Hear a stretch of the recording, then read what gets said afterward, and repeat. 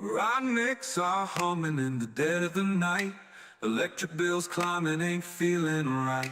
Hash rates dropping, profits thin as air. I'm digging for gold, but there's none down there. I got the crypto mining blues, feeling like I just can't choose. But there's a spark in the AI glow.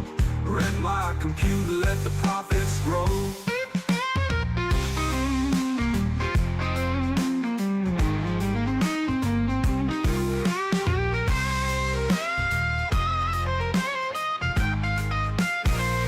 Once I was king with my GPUs.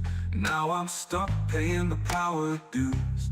Every coin I mine feels heavier than lead, but I hear whispers of a future ahead. I got the crypto mining blues, feeling like I just can't lose. Switch my power to the AI flow, turn this burden into a glow. I see the light, it's flickering on. AI's calling my machines to respond. No more digging in the blockchain dirt. This pivot might just heal the hurt. I got the crypto mining blues, but I'm stepping in brand new shoes. The AI train's on a steady roll, gonna recompute and regain control.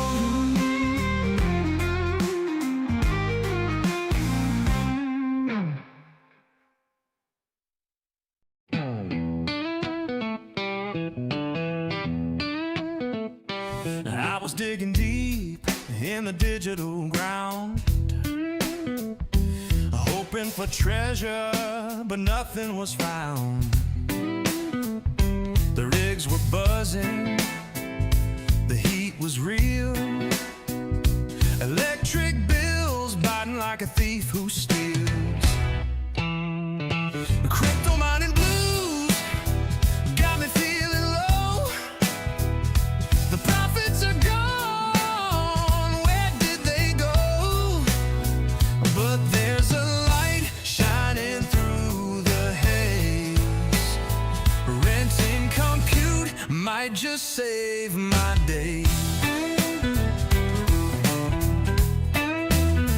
I stacked up GPUs, thought I'd strike it rich, but the market's a beast with a wicked glitch. Hash rates climbing, rewards falling flat. Chasing that coin, I'm chasing a cat. Crypto mining blues got me feeling low. The profits are gone, where did they go? But there's a light shining through the haze. Renting compute might just save my day. AI knocking, it's a brand new game, whispering sweet that it knows my name.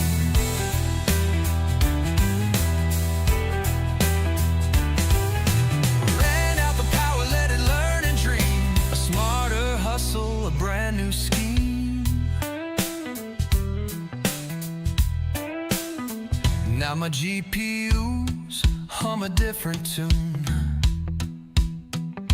training models under the cyber moon. No more digging, no more feudal race, just AI visions lighting up the space.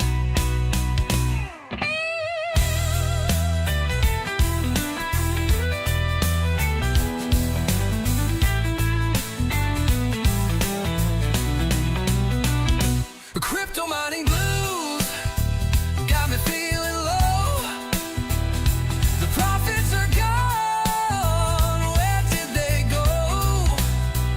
But there's a light shining through the haze. Renting compute might just save my days. Now my GPUs hum a different tune, training models under the cyber moon. No more digging, vast AI visions lighting up the space.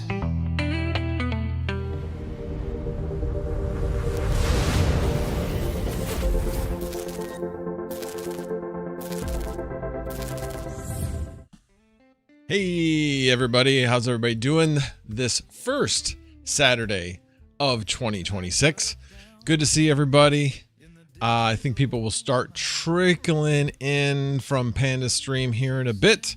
Don't know if I'm going to go too long tonight. I got an early flight. Got to be out of the house by 7 a.m. And I still got a lot of stuff I'd like to get done. Don't have to get done. I actually started taping the community solar video and just didn't like how it came out. So I'm just starting from scratch. So I got to start that over. I want to get that done tonight. Also have a keyboard video I want to get out. Basically got a keyboard, and I'll go into that a little bit later, but got it for like a steal, like $50 for a really nice mechanical keyboard. I love it. I know I already had one that I really liked, but this one basically is the same thing but smaller. But we'll go over that in a bit.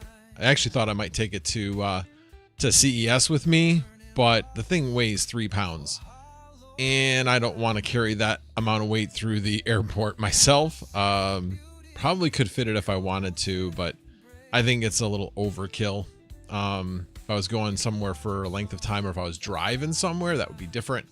But being that I'm going to fly, and actually that reminds me, one thing I did forget to check was what is the for a carry-on piece of luggage, what's the weight limit? I know if you're checking a bag what the weight limit is, but what is the weight limit for a carry-on bag? 17 to 22 pounds for many international carriers, while some major U.S. airlines like American United have no specific weight limit, focusing more on size, though low-cost carriers like Frontier often enforce 35 pounds. All right, I think I'm probably good within the 35-pound limit. But, okay, good. Glad there isn't a weight limit. I don't think it's, like I said, I don't think it's over 35 pounds. My wife's really good at packing, so she's got it packed real good. All right, well, hey, you guys are here, so I'm going to announce you guys, and everybody else, hey, well, they're late. So, D. Parsh, good to see you, sir. Hope things are going well for you. Pulpalization 22, you betcha. Whenever I do Powerball or Mega Millions, I always make sure at least one of the numbers has 22 as the Powerball number, and I still have never hit it.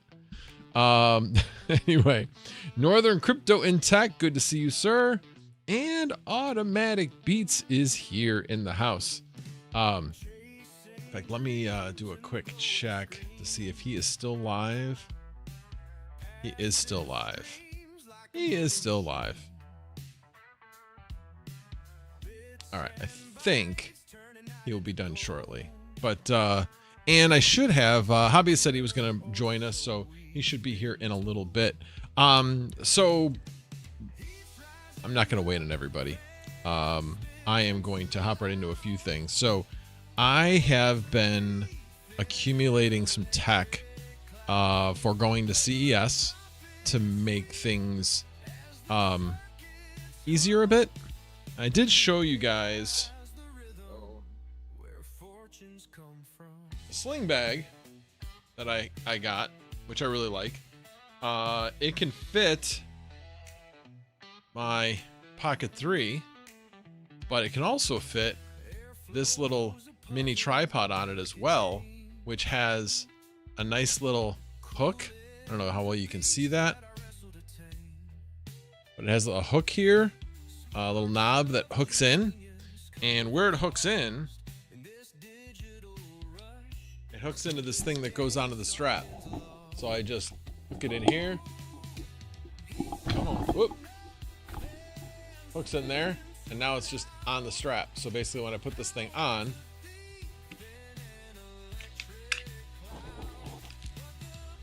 kind of in the way right now, so I don't have it on right, but basically it'll be right there, and I can position it and such. Right now I have it in the holder, so but you know, it allows me to in fact, it'll be more, I do not have this on the way I normally have it on, but basically be on like that, and then I would have this twisted over a bit. So, but basically it's going to be like right here next to me if I'm walking through where I want to do any type of on the go video.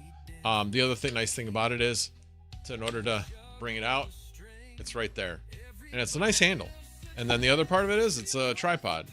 So it's a mini tripod. So if I need to set it up somewhere, I got a built-in tripod. So I like it. I saw a video of a guy that was talking about these are the things that you need, and saw this. I should say he had another thing. He had like a whole holder for like underneath so you could attach things to it.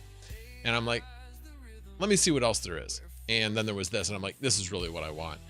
The other nice thing is that the built-in, the one that comes with the Pocket 3 actually has a much longer like base for this. This is much smaller. So again, makes it a much shorter overall piece. So I like it. So I don't know, this is going to work out really well. And like I said, it fits in the bag like this. Whoop. Of course, I just took the cover off of it. Basically, it fits in the bag just like this. So nice and, you know, where I can just grab it and pull it out and grab and go. Or like I said, have it attached to me as well. So have choices. I have choices, which I do like. That's not it. There we go. Gonna put it back in to its holder. So anyway, so I'm really psyched about that. Let me put that back in the bag the way I had it. Oop, that's because you have to put it that way. There we go. Now it's back in the bag. So anyway, so I got that. And then got a substantial charger, one that I can actually run the laptop off of directly. So I could leave my other charger at home, but I won't. I'll still bring the other charger with. But I like the fact that I can run the laptop directly off this if I wanted to. And the other real nice thing is this thing charges up the big honking battery that I got, which can also run the laptop. I can run the laptop off of this directly, just C to C. And this is 25,000 milliamp hours. 25,000 milliamp hours. So it will run for quite a while. The other thing it can do is it can actually run my my travel router directly. Either one, actually. I've got two of them, and I'm gonna probably bring both of them with and try them out. Have to admit, I've been trying, you know, I just did the unboxing basically and talked about its features in the last video, but I've been trying it, and let's just say I'm not completely sold on it yet. They started actually with saying that it was compatible with WireGuard, and initially when people took delivery of it, it wasn't. It is now. You had to do an update in order to make it compatible. So I planned on using Teleport. The problem with Teleport is you can't do a split tunnel VPN, which means that all of your internet traffic is gonna go to the VPN, which means I'm gonna be directing all of my internet traffic back to here while I'm connected via Teleport, as opposed to only the traffic that I need to have come back here, and then all the general internet traffic would just go through, you know, locally. So I have some more homework to do, and I will definitely tell you that the documentation on it is not great, like non-existent. So I expect there to be a lot more videos on setup and things like that going forward. But either way, you cannot beat the size of this thing. I mean, it is so small. Yeah, size does matter. You were thinking it. All right, let me see. Let me see who else is here. Since other people, Cisco Cat. It's funny you mentioned that. J Styles, Jason Rody, 2429. Oh, I think I know who that is. Would you like to come on my next rage stream? Depends on what we're raging about. But yes, maybe. I am definitely open to it.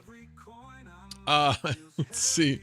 Random Miner, good to see you. Squirrel Masters. Gaming with Smokey Dan, good to see you. Thank you, Panda, for the raid. Definitely appreciate it.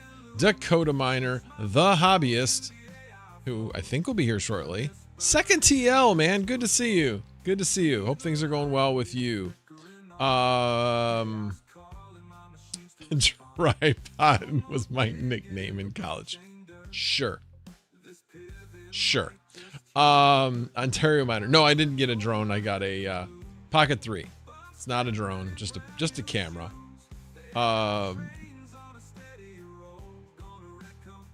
And so it begins. Yes, it does. It is my filler word. It is my filler word. Along with and so. Those are my main 3 filler words. Speaking of filler words, I went down the rabbit hole this past week on editors, YouTube, well, video editors. I've been using Descript, but they're changing the model, and I'm not sure I'm really sold. I'm good through the end of February, and then I'd have to renew, maybe for another year if I want.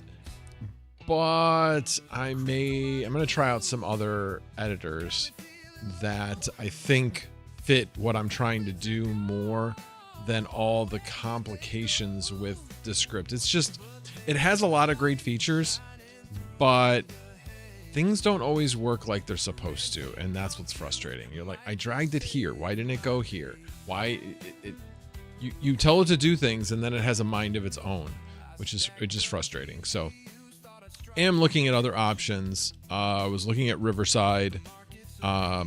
Was seriously thinking about that, and then I found, what was it called? Barumi, which is in beta, but I have a feeling it probably doesn't have enough features. But I'm gonna give it a try. Not probably on these next 2 videos because I want to get these out. What I really found was when I did the video on this and this, my 2 travel routers, I just did it all in OBS, and I actually am like, this is just simpler. Just freaking do it in OBS, and then if you want to add other things after the fact, then you could do that in the editor. So I was trying to record in Descript, but I think I'm gonna go away from that. I'm just gonna continue to record in OBS, and then do formatting and stuff within Descript, at least for now, and then try to test out some of these a little bit later, probably towards the end or beginning of next month. But we'll see. All right, let me scroll down, see what else I missed in the chat. Red Panda, good to see you. Gotta go though. Thank you. I appreciate you bringing everybody over. Very much appreciate it. And a goat appears. And I will be seeing Goat tomorrow. Looking forward to that. Both him and Kroot are going to CES. Hey, speaking of that, are any of you guys going to CES? Let me know if any of you guys are going to be there. Definitely would like to do a meetup if there is anybody else. I know it's an industry-only show, but yeah, if anybody else is going to be there, let me know. Yeah, I see. Give me a second. All right, let me just double-check who else I might have missed, and then I'll bring in Mr. Hobbyist. Frogman Miner, good to see you, sir. Yeah, nice camera. Let's see. Anybody else? I think I pretty much, although there's a Red Panda 9840, and I'm pretty sure that is somebody else, not the Red Panda, but somebody just impersonating Red Panda. Anyway, all right, let me, Gaming with Smokey Dan is not going. Good to know. I just wanted to know if people were going. All right, let me switch over, which, you know, requires me to do a few things. So I'm going to mute my mic and then bring over Mr. Hobbyist. Alrighty. You guys can hear me? Looks like it. Hobbyist? Hello, hello. I can hear you. You're good. Can you guys hear him? Maybe. Hello, hello. I remember I had this problem last time, and I don't remember why. Let's see. Say something, Hobbyist. Test 1, 2, 3. Yeah, it's It picking can hear you up. me. I can see that it's Yep. picking you up, but why am I Hello. not getting the monitor of that? Let me see something. Magic. How's it going, chat? While Max can't oh, hear me, wait I a can minute. talk all about him right now. Okay, now say something. Hello. I can hear you Max. now. my Look God. at you. It's You know what? yeah, there's You'll the get thing- it. You'll get there's it a eventually. big You'll get it eventually. red button with a speaker that has an X in it. And how did I miss that? I do not know. I got everything else right except for that.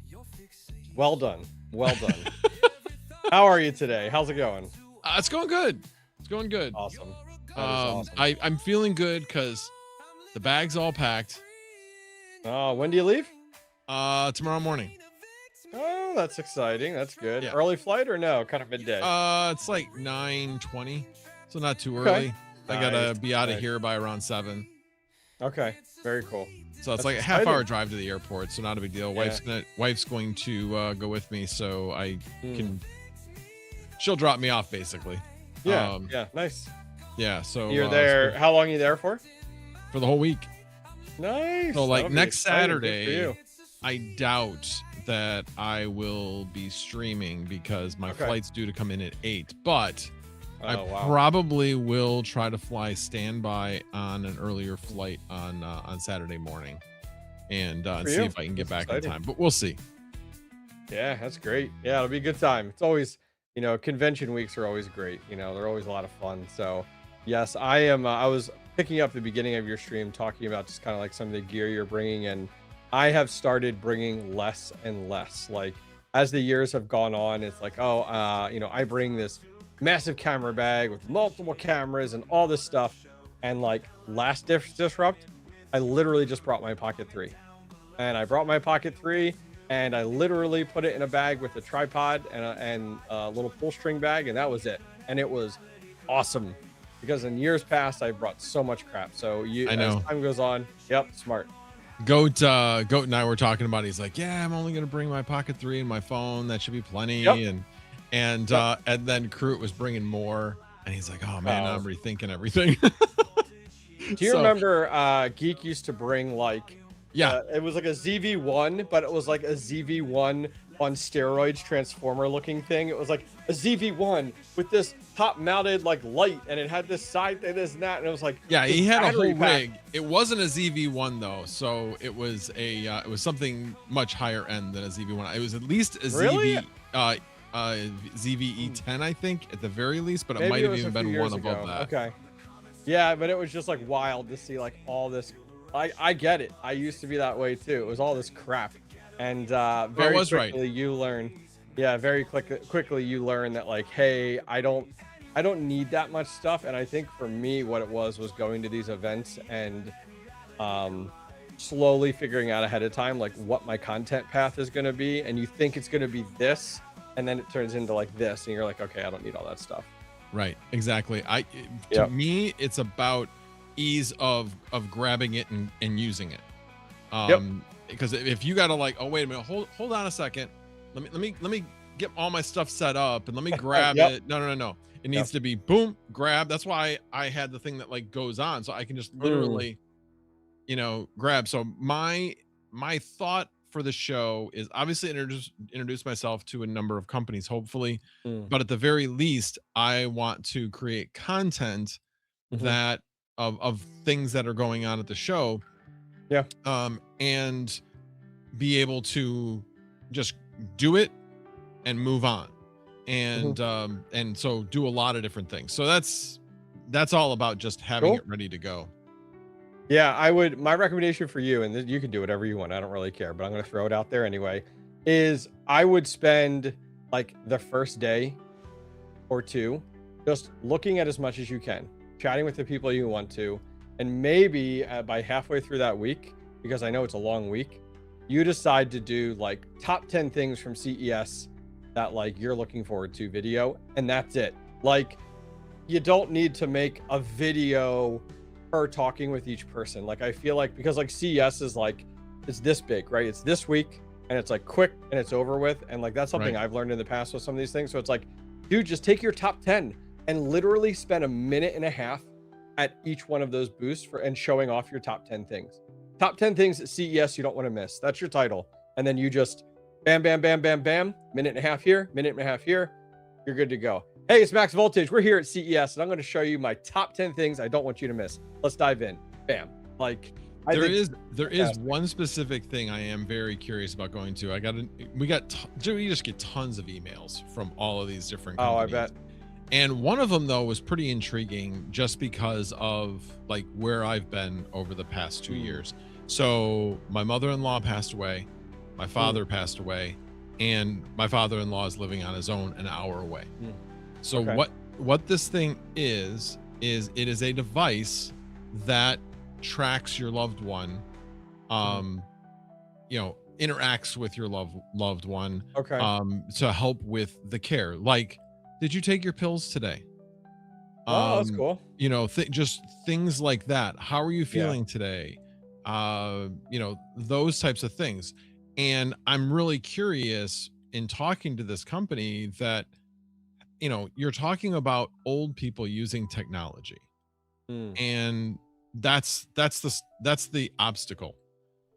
And I'm curious as to, in their testing, what have they found? Is this only people that are used to technology? Like, if they can't really use their cell phone very well, how well are they going to use this thing? I know they probably make it as easy as possible. So I have some real curious questions to ask from a person that just went through it. Where, you know, Yeah, I I can didn't know how imagine. my father was doing. You know, he was declining mentally, all of these things. And now my father-in-law is living on his own, and we worry about him. And but he's doing fine.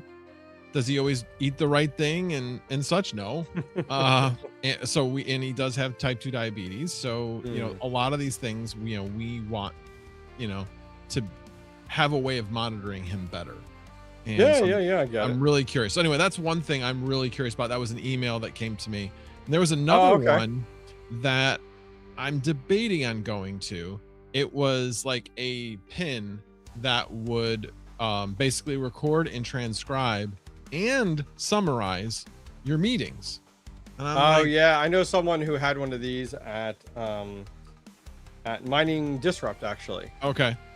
They had one very similar to that, and they're like, we just gonna have it, like, literally, they're like, it's like they wore it to the event, and so that it could summarize all the conversations they had. So was cool. what's interesting to me about it is the legal aspect of it. First of all, is, you know, you have to tell the other person that you're recording, and they have to be okay with it. So that's number one. That's kind of a, again, a somewhat of an obstacle. And I'd say that's probably the biggest one, because there's going to be some times where people don't want you to be recording things. Yeah, but you have to remember, when you're at these events, I'm almost certain when you buy tickets, there is that kind of like fine print and details on like all the things you agree to when you buy a ticket. And like, when I go to Mining Disrupt and I record, am I worried about people in the background getting recorded? Nope. Like, Oh, that's true. and that's kind of the avenue. It's like that avenue of needing people's permission to record them in 2025 is the last thing on my mind.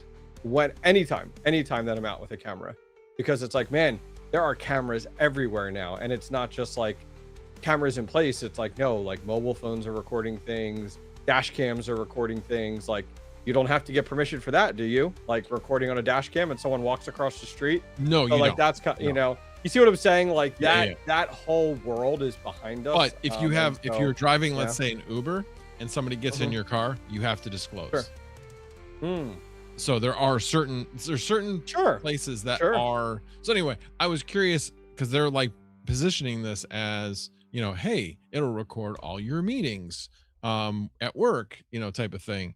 And I think, okay, well, if you're in a Zoom meeting, it already does this. There's other applications that'll do Yeah, it for you the already. So AI, like, yeah, assistant that joins, yeah. yeah. So anyway, so that was another one that I think is interesting. If I agree Mm, to a meeting with them, they'll actually give me a device to play with. nice. So I'm kind of thinking about that one as well. And then of course, just a lot of other ones I wasn't able to get meetings with, but Mm, I definitely want to go to some of the NAS companies. nice. And then obviously the computer. I actually am going to go to some of the keyboard companies. Mm. Because yeah, speaking Yeah, of I that, would, if I was you, I would absolutely like those those might be the vendors that you go to. All these that you want to go to and see for like your personal use, go to the first few days. And that's what I then was like planning, yeah. maybe on like day 3 or 4, whatever, then you're like, okay, I've seen all of these. And as you go through, you could be like, okay, these are going to be good things for my channel. Because like the thing about the AI bot with your father-in-law, not really relative to your channel. Like True. the pin, probably not relative to your channel. But if you were to go check out the NVIDIA booth, like, or you're checking out whatever, like those things are definitely relative. So I would just kind of pick and choose what's going to make sense for people to see on your channel for sure. And maybe Yeah, I mean, other stuff, maybe the other stuff is just a short. Take out your phone, yeah. record a short, upload it, done. Like that's kind of the world that I live in now. Yeah, I like the idea of doing top 10 things I saw at CES and making a full-length video out of it. I really like that idea. So I probably will do that. But yeah, speaking of that, so yeah, I understand what you're saying is that not relevant to your channel. You have to think about not what you necessarily want to do, but what does your audience want? And I totally get that. Yeah. But there are so many things I want to do. Like I said, that one thing, with that one company, I really want to learn about it. Whether I cover it or not is another story, but I might want to cover it. Sure. The other thing is like the other thing I really, really want to get my CCNA this year. And I would like to do kind of a series on that with updates along the way. Is it relevant to my channel? Not exactly. So I don't know. Maybe I'll spin off a new channel for that. I don't know. I haven't really decided on that, but I definitely want to. It'll help keep me accountable. If I have to do a video on it, like, oh shoot, I didn't take those classes, and yeah, I gotta do an update, and I really don't want to go back and say, yeah, well, yeah. So anyway, but yeah, so many things, and actually it's not even so many things. It's being more consistent on YouTube, CCNA, lose 10 pounds.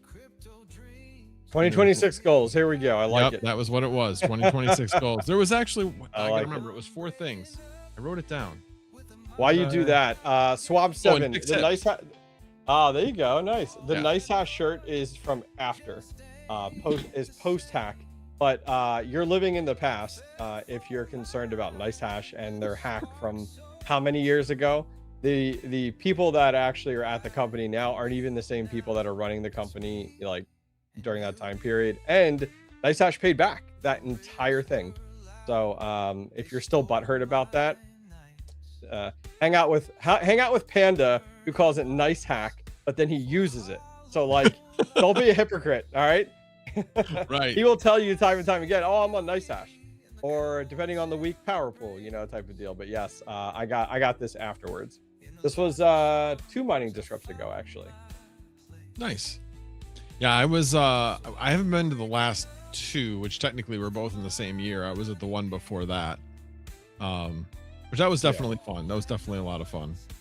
Yeah. That's where I finally met you. 7. Yeah. Woo. That's right. I thought we met at Cypherpunk. Or I guess we did. You're right. I forgot about that. I think it was Cypher. I think, yeah, you forget about it quickly. I know it wasn't anything crazy, but I do. Okay. Yeah. You're right. That's right. Because that's right. We were playing poker at the kitchen table. That's right. Yeah. But I even remember where I met you. It was like the area where it wasn't the main area. It was like the other area. And you were at like a standing table with someone else. I remember coming up to you and you were so tall. And I was like, and introduced myself then, But yeah, I do. See, I remember 100%. Swamp 7. No, I totally agree with you on the KYC side. Like I do not agree with them going that avenue, and they lost a lot of home miners requiring KYC when they moved their headquarters. I think it was to Sweden. I think it was, yes. And there's more strict requirements for know your customer, and that's kind of why they went that way. So weren't they in Estonia? Yeah, where they somewhere there. I mean, they used to be in Slovenia, because That's that's right, where that's what I was thinking of, yeah. that's where I went. That's where I went to the Nice Hash X event in Slovenia. That's actually where I got the T-shirt from. Was Mhm. at that event. Yeah, I mean, once you get to know the guys that work there, and a lot of the guys that are there, it's a pretty cool crowd, to say the least. But yes, I totally understand his frustration with KYC. It's just not KYC, and I get it, does not traditionally align with a lot of the principles and fundamentals of crypto and Bitcoin. Like, totally understand. So I can see where you're coming from for sure. But glad you got your BTC back. That's awesome. Happy to hear. Let's see. I was looking just kind of, oh, I have one of those, the Plod note pen, but it uses their cloud Yeah. transcriptions, and I got it for the same reason, but Frankenstein transcriptions in my LAN. Huh. There you Interesting. go. All right. Well, I think I'll have to talk to him about that then. Yeah, that's cool. That's cool. Yep. Yep. So yeah, any projects you got going on right now? Anything you're working on? Anything you got coming up? well, like I said, I talked about the web page I created for Community Yeah. Solar, and I got to get Yep. that video done. I started recording it, and Mm. I couldn't get comfortable talking about it, and Okay. I just got to kind of what I figure I got to do is just literally look at the camera and just talk, and then edit it when it as long as I got all the points out. It's just, I don't know, I'm trying to take all of this information and trying to glean it down into a 10 to 15 minute video and not go too long, but there's still just a lot of things I want to present in the video. So I've thought about maybe breaking it down into a couple different videos, but I think all of this belongs in the first video. So I don't know, but that's definitely one project I'm trying to get completed. I also maybe when you record that with your teleprompter, Mhm. do like 10 bullet points, and that's it. These are the 10 things I want to touch on, and then put start a timer to the side that's 15 minutes, and start that, and it's right in front of you, so the counter's on the teleprompter and your 10 points are there, and just start to go through them. You have the timers there, so that's going to be like on your mind, and the 10 outlined points will keep you on track. Because I get it, you start to ramble, I'm the same way, and then all of a sudden you're like, wait, I didn't mean to go to that yet, or I didn't mean to go down that rabbit hole so much. Right. Maybe that'll help just keep you on pace. That's a good point. That's definitely a good point. I think right now I've been going into a lot of detail in my outline, and I think that's where I'm getting hung up. Yep. As opposed to just, okay, this is the bullet point, just talk about this instead. Yep. So I think I'll give that a shot. The other thing is, this other video I want to do is, I got this keyboard. Oh, nice. Which one's that Love one? it is a Epomaker Galaxy 68. I did purchase it, and I was not given it. And the reason why I got it was, if you look at it, it's small. There's no function keys, and there's no numpad. Yeah, I have here, I can unplug mine actually. This one lights up, but so this is so does this one. The GMM K3. So it's like the 75%, similar to like what yours is there. And it does do Bluetooth and the Wi-Fi there and the USB-C. But this thing literally, I'm not gonna lie, this thing's probably 10 pounds. Like you could knock someone out with this. It is so it's not so 10 solid. pounds. But it is definitely heavy. Yeah, this one is all metal. Yeah. This whole thing is metal. I was like, I don't want to carry this much weight with me. Oh, got you. You're okay. Got you. Like you're taking. I originally got that to go to the with you, show because the type. I mean, I have a Lenovo laptop. It's a new one, so the keyboard's actually pretty decent for a laptop keyboard. It actually has some feel to it, which is nice. Great. But no, I was kind of like, and now I'm like, I really like this thing, but there's times where I'm like, oh yeah, I miss the keypad or I miss the F keys. Like when I'm doing NVTop, for example. In order to exit out NVTop, it's F10. So sure. yes, you can hit function 0 and get to F10. But so I'm kind of like, and the feel of the two of them is similar, but the sound of the smaller one is even better than the Galaxy. So that's not the one you're using right now. That's like for your travel. It was planned to be for my travel. Now I'm debating whether to actually make it my regular go-to. So I'm still kind of toying with that idea. But I mean, I love it. If this was the first keyboard I got, I would be happy with it. The other thing I really like about this one, so the one I have is not a full size, it's a squeezed in one. So the keys are all the same size, but the numpad is squeezed in. So therefore the like these keys will be like squeezed in to here. And so the shift key is like cut in half. This has a full shift key. And so that's been my one hang up with the one I have, because I reach too far to the right with my right hand when I'm doing a shift. So I've been trying to adjust, but I haven't been fully adjusted yet with that. So now I'm kind of like, maybe I'll like this one better for typing at least. So I don't know. I'm playing with it, and I will do a comparison video between the two. Like I said, I really, really like both of them. This one also has more of a, the other one has like rounded keys, like kind of angle and rounded on the sides, but these are more like traditional keys with square. So I do like the traditional, more business-like, as opposed to more, I don't know. Yeah, I like it. I like it. I get you. So, I ended up right before the end of the year, actually on the 31st. I was like, hey, I need to get some more expenses in before the end of the year.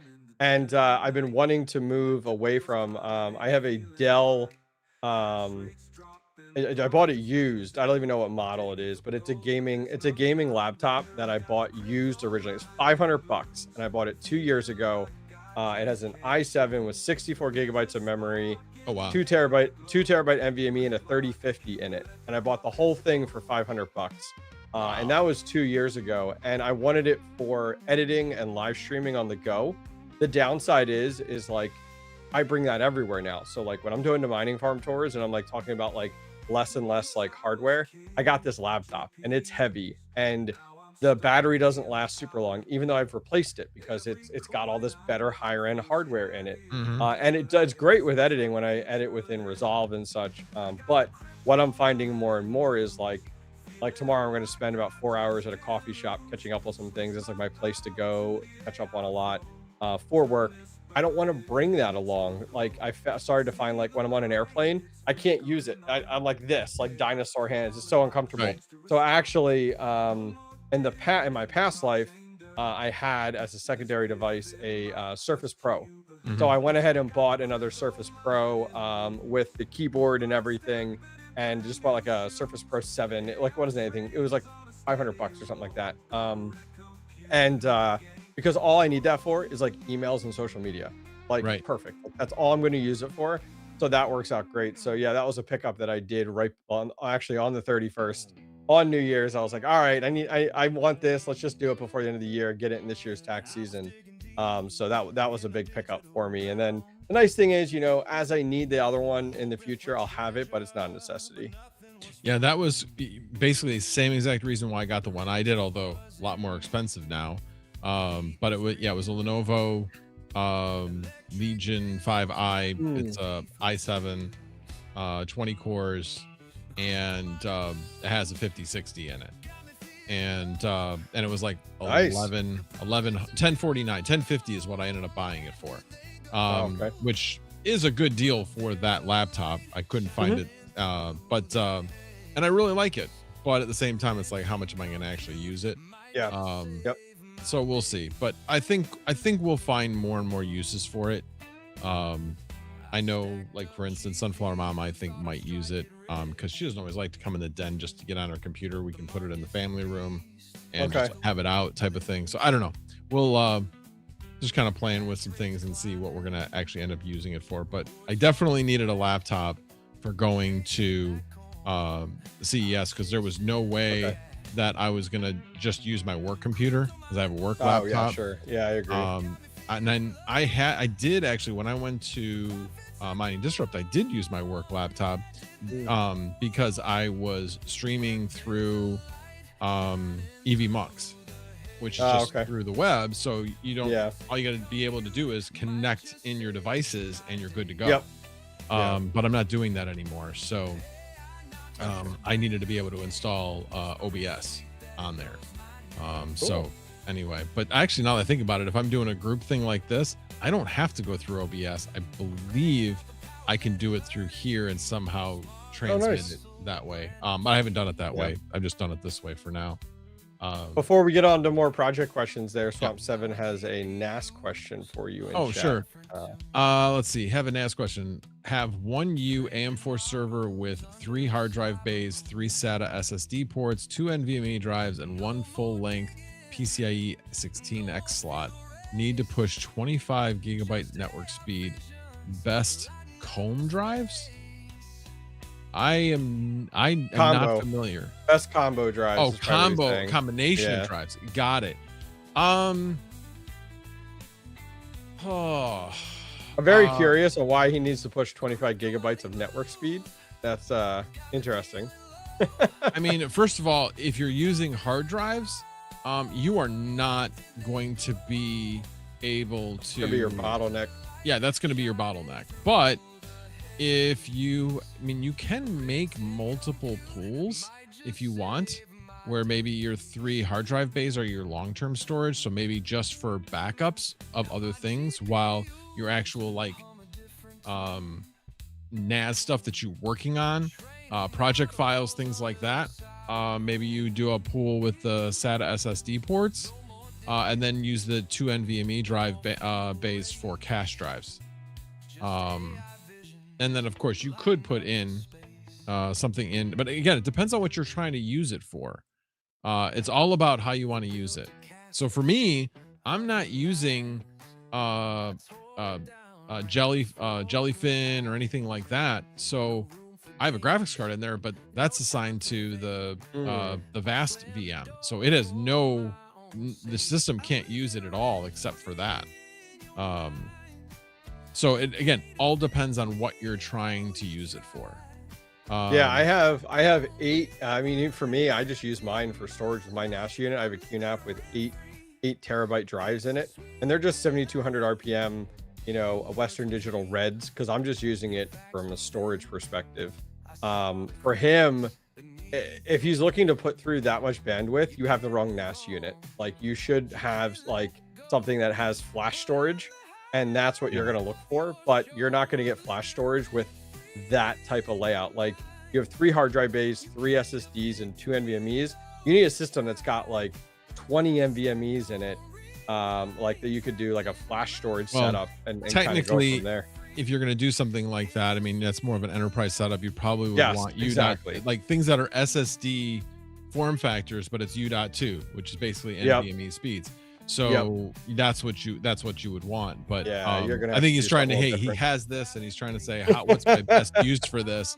So yeah, I mean, you could definitely put in, you have 3 hard drive bays, depends on how much storage you need. But if you did I don't know the definitions of RAID 5, RAID 6, RAID 1, but basically where you have, a parity drive basically, and then 2 storage drives. So if you got all 24 terabyte drives, which they actually have come down in price, or they did for a bit. I don't know. I think they're going back up again, but they're not super expensive.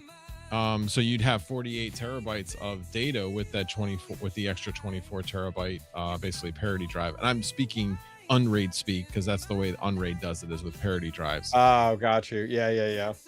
So even he's saying here, he has 2 8 terabyte NVMe's, which are beefy. I think that's awesome. But you have them in a RAID 0.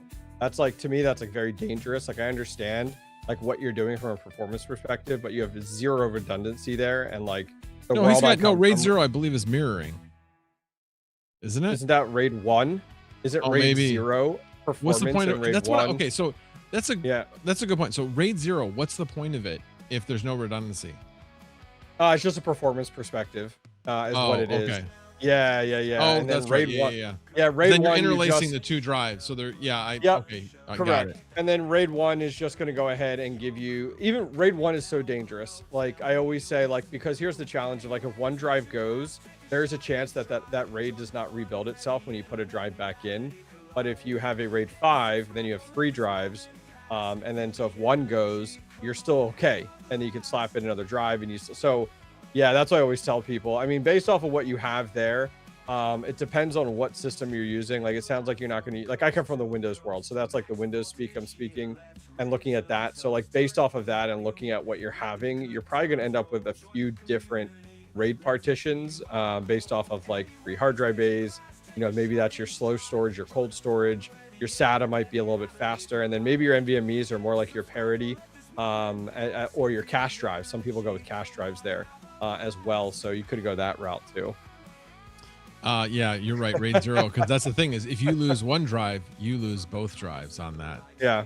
Yeah, Yep. that is definitely. Yep. Very dangerous. I've been having a lot of conversations with community member Nick, and he's looking to build out a NAS, but like he's looking at it from like a home tinkerer perspective. But he bought a NAS unit that supports like 4 drives, and it's like, listen, don't be like, you're so concerned about storage and stuff. It's like, you got to think about redundancy, as you start to get into this. Like, you bought a NAS unit with multiple drive bays for a reason, not just to like, so like definitely take advantage of it. So that's why for him, like, with QNAPs, which is what he bought a QNAP unit, taking advantage of doing like a RAID 5 with those 4 drives is perfect. Yeah, I know with mine, I have mine set up in Unraid, so under like the Unraid system, so I can use different size drives. But I have 2 parity drives and 4 regular drives that are all 10 terabits. So I've got 40 terabytes of actual storage available, and I'm not using anywhere near that much. It was complete overkill, but I enjoyed setting it up, and I am using more and more. And speaking of that, so right now in my backup, which will eventually be going to Goat's house, because we're gonna house each other's. I like it. This little guy is gonna get shucked. Okay. The drive's gonna come out of here and go into hopefully the new NAS that I get. But either way, I could put this in the other like kludged NAS that I have right now. Yeah. But yeah, this will give me an extra 5, so it'll be a total of 20 terabytes of storage, with a Nice. 10 terabyte drive being the parity drive. So I only have 1 parity drive on that one though. Yep. But I figure, 1 offsite, 1 on, and we'll have other places where that same data is going to be stored. So actually feeling pretty good about how I've got. Oh, this was the other thing.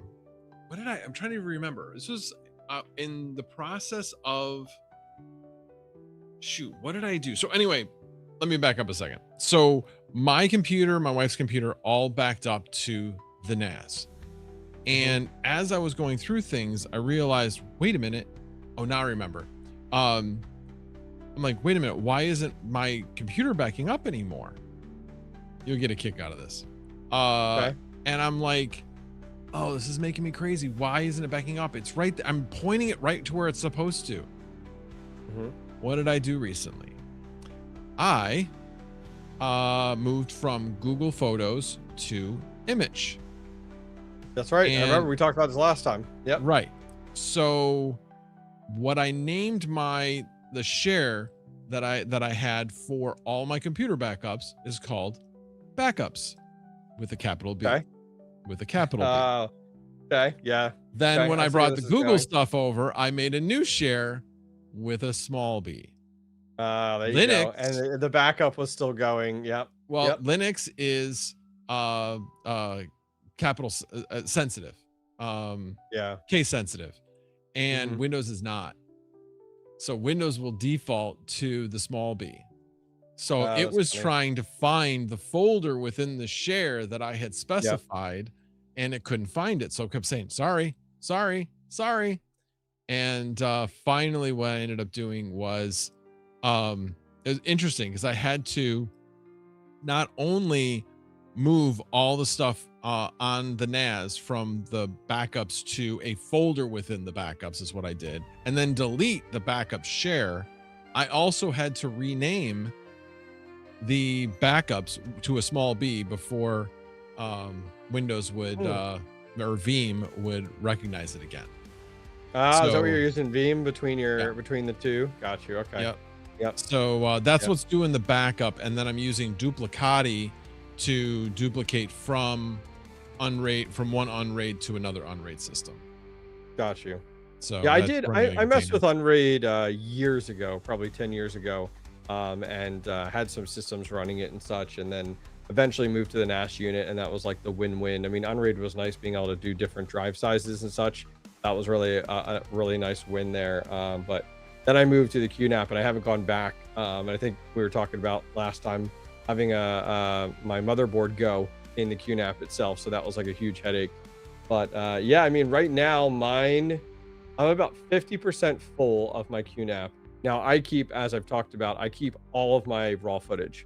So every raw footage from every video going back since I started YouTube 5 years ago is on there. I can go back to my first video and see every clip is on there.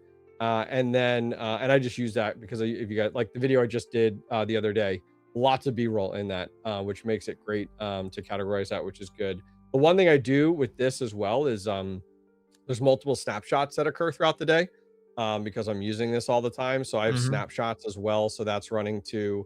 But if I look back, I wish I would have known. I would have put in a solid state drive in there for a cache drive. And I Right. don't have that. And so that's the one thing that like I wish I would have done. But I have to sacrifice one of the bays to do that. One of the bays. They don't have like a you don't open it up and there's like a separate solid state drive slot in there or anything like that. So I'd have to get like a separate cradle. So I wish I would have done that, but now there's no point in going back. Like it would be, I'd have to offload all of it, rebuild everything. It just, yeah, isn't worth it at this point. Yeah, I was just actually logging in. I'm pretty sure there it goes. Yeah, I have actually two different cache drives. They're not Nice. redundant or anything. I don't have like one mirroring the other. One's a 2 terabyte drive, one's a 1 terabyte drive. But I needed more storage for the vast VM. So that's why I Ah, put okay. in an extra 2 terabyte in there. So again, I have the stuff that's in the cache that I need to keep there. Because again, you can have all your VMs and containers actually running from the NVMe storage and just make that their primary storage. But then of course make Yeah. sure you back it up since Mhm. that's not redundant. So that's Yeah. basically what I've been doing. Yeah. But yeah, The so that's been John kind of Germain in the chat was, projects I've been working on. oh, nice. John Germain in chat was talking about how him having issues with his QNAP with reporting bad drives. So QNAP uses Smart, and I've had in the past before where it reports a drive as bad, and I will pull that drive and replace it, and then I will take that old drive and I will write it to zeros and rerun a test on it. It's completely fine, and reinstall it. Sometimes you can actually look this up. There's a lot of Reddit posts on this with QNAPs doing false positives and having some issues there. So just keep that in mind. You're not the first. You won't be the last. I always tell people though, like if you have a NAS unit like me, I have eight terabyte drives. Always have a 8 terabyte spare sitting on top, still in that plastic bag. And so Yeah. when that drive goes, you just swap it out, swap in a new one, and then kind of go from there. You never want to have your unit down a drive too long. Yeah, interesting you mentioned that because I was actually just thinking about that. I'm like, I really should have a 10 terabyte spare. Yep. Yep. So because I don't currently have one, and one of my drives actually does have a smart error on it. But it's not getting any worse. It's like it has the one Yeah. smart error and it hasn't it's stagnated there. Yeah. I forget what it was, but it wasn't like one of the severe ones, but at the same time it's one of those things where it's barely exceeded a threshold of something. And so I figure I'm good. But yeah, when I saw that, I'm like, yeah, I should probably and it is interesting because I didn't even notice that. When you get a smart error, it becomes deprioritized. All of my other Oh. drives, one is 39% used, one is 32% used, one is Oh, with 29% Unraid. used, Yeah. and disk 3 that has the smart error is only 10% used. Yeah. So it offloads it. Yeah. I can always tell when I have a bad drive because the performance on that storage is terrible. Like all of a sudden I'll be like, why is it taking me forever to load up that network drive? What is going on here? And it'll take a second, longer than I need, and then it pops up and I'm like, and that's actually how I ended up figuring out that I had a bad CPU. Was I went ahead and was like, all right, something's weird here. I'm gonna reboot this, and then it never came back up like at all. And that was because that motherboard was bad. So yeah, you can kind of tell, you know, when you're using these things all the time. Yeah, John Germain says, yeah, I'm running TrueNAS server with 2 8-drive VDEVs and 2 parity disks. Yeah, you're talking different terminology than the, I mean, Unraid now has, why is it running another parity check? Sorry, Mind of its I digress. I of ran its a parity check just a few days ago, and now it's running another one. It's 99.7% complete, but it's running another parity check. That's interesting. I wonder if something happened where it had to run it. Anyway, sorry. But No, yeah, you're that's good. talking a different language. I could run ZFS on Unraid. They, in their latest releases, they are using ZFS, but I like the flexibility of being able to use different size drives.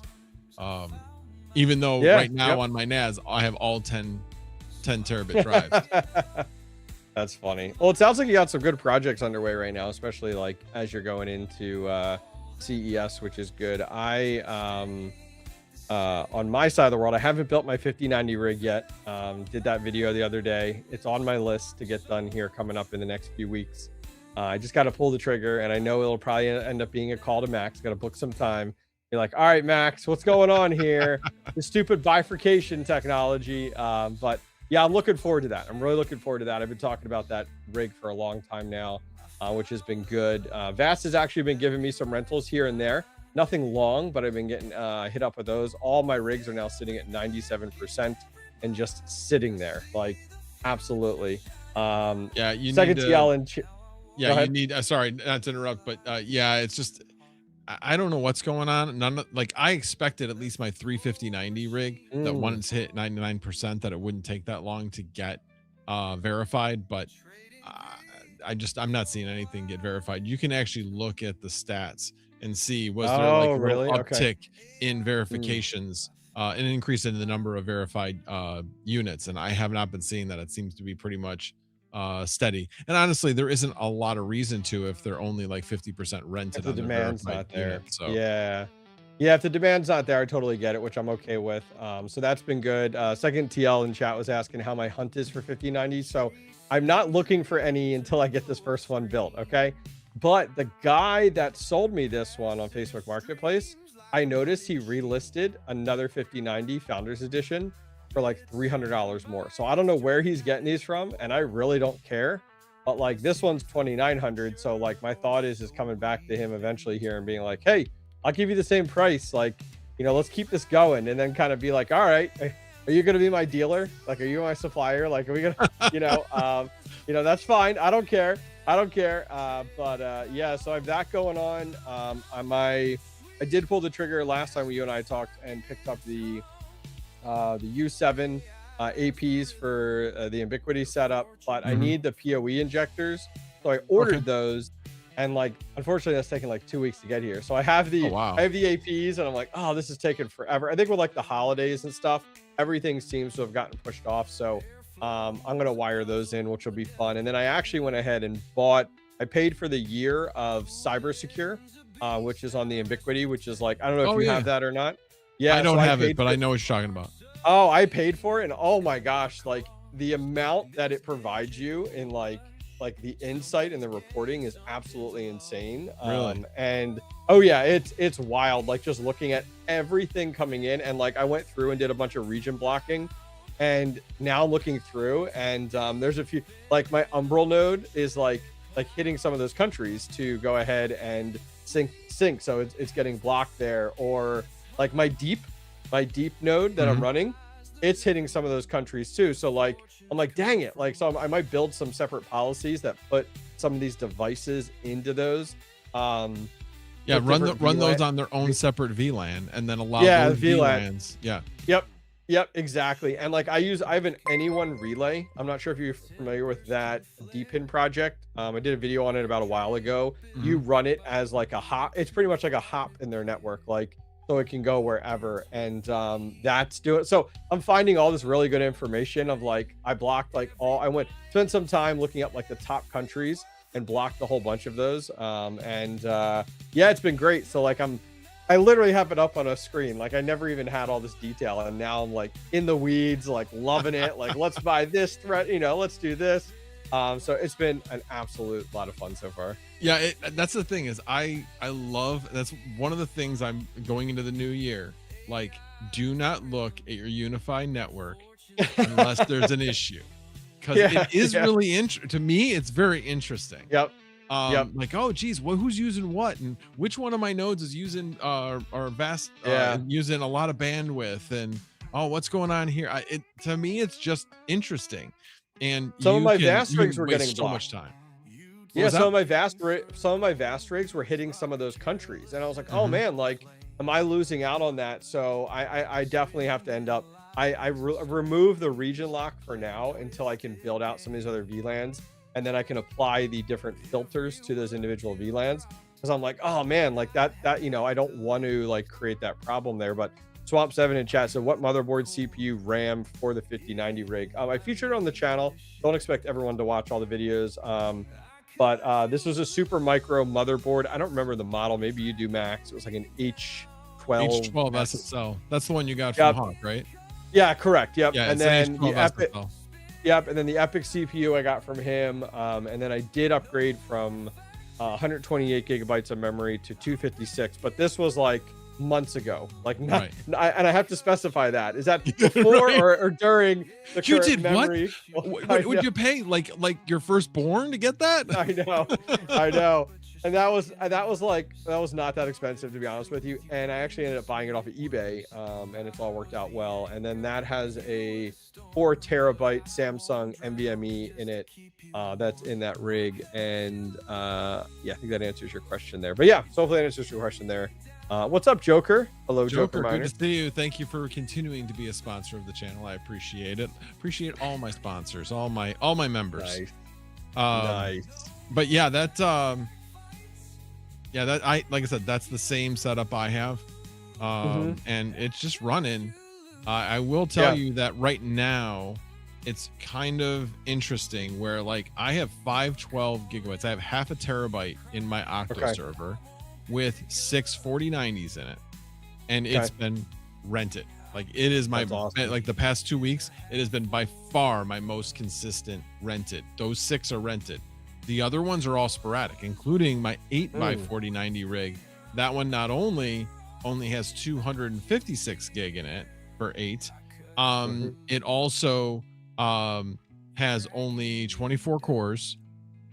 So when you start breaking this out per GPU, you're like, oh, okay, wait a minute. So it's only 3 cores per GPU. You've only got, like 32 or so gig per GPU.